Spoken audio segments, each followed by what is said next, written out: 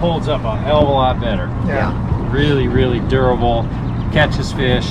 I'm a big time fan of it. If you watch all my videos, you'll hear me talk about whole herring quite a bit.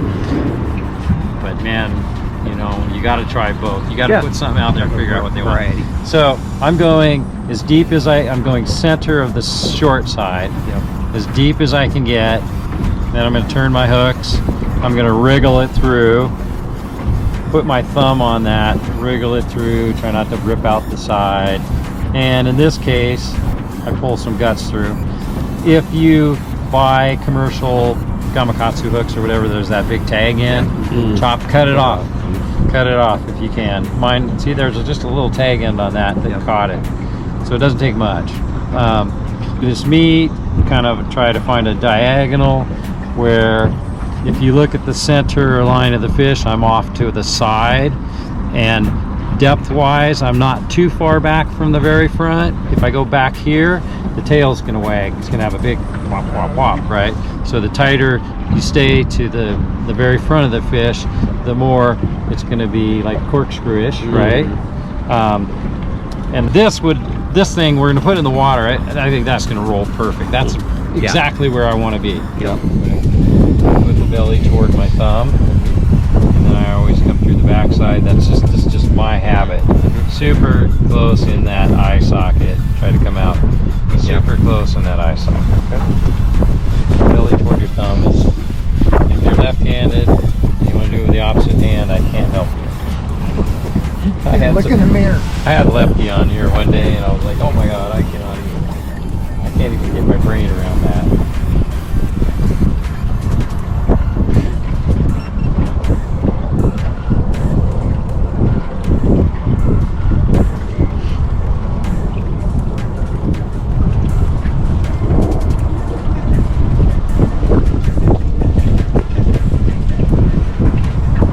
So don't worry about tightening it until you,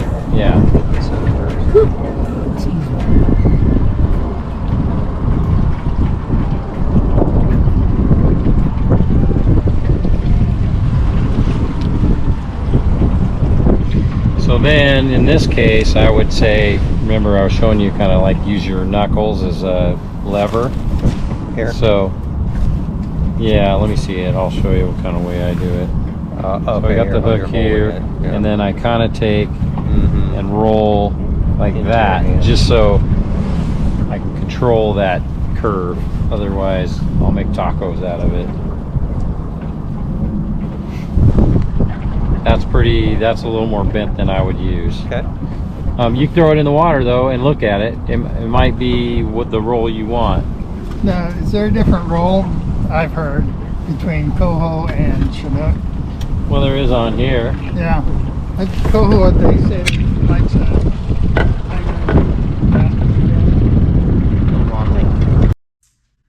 Welcome back to Fishing Fridays Tackle Tech Tips. Willie here. Just wanted to give you guys an update with our David Pyle trip that we just had. You saw in the video, fortunately we didn't catch any fish, but that wasn't really the point of this trip anyway. The main trip was getting this new fishery for us, a chance on where to fish, how to fish, and David Pyle is exceptional for that particular area as well. So that's why we booked this trip with him, so he could guide us on a couple things, a couple areas. So in this fishery, there was 3 different types of fishing that he guided us through. So we were about the Selwood Bridge, through Turkey Flats down to the Hawthorne Bridge. So you start off above, you can start doing what they call back bouncing, and then all the way through you're doing either hover trolling or bottom trolling. It's just depending on the depth of the water that you're at, and you know, the temperature of the water, and if the fish are there. And unfortunately today there wasn't any fish there. We did have one takedown, so that was the exciting part of the fishing trip itself. But as far as the knowledge piece, you can't beat on what David had taught us on that aspect of how to fish that fishery. So first off, I want to thank him for that. The Fishing Fridays crew had a great time with him. some of the things that he taught us as far as with the talking about some of these stock baits. And this one here, stock hooks I should say, is a no barb one, which is this one here, which is basically your standard mooching rod rig here, and it has that movable top hook. And you can see on this, I'll get a little closer for you guys to see. What he was talking about is this bottom hook that you're feeding through has a pretty good tag end on it, and so does this top one here. You can see that it has a pretty big tag on there. So what he was saying is make sure if you tie your own or don't tie your own, make sure you cut that tag off, because when you're putting it through that fish, that herring, it has a tendency to pull those scales off, and you want as much flash as possible on those herrings. So this is what we were using on a cut plug herring or just a standard full herring. And then we were using something very similar to this on a short bus triangle flasher, very similar on colors. You guys can kind of figure out what colors that we were using on that. But had a great time, extremely knowledgeable. Again, we want to thank David Pyle for giving us that trip. And next time that we go off with him, we're hoping that we get some fish with him. So you guys have a great time. Go fishing. Fishing Fridays out. Oh, before I forget, I'm going to give a selfless plug. We got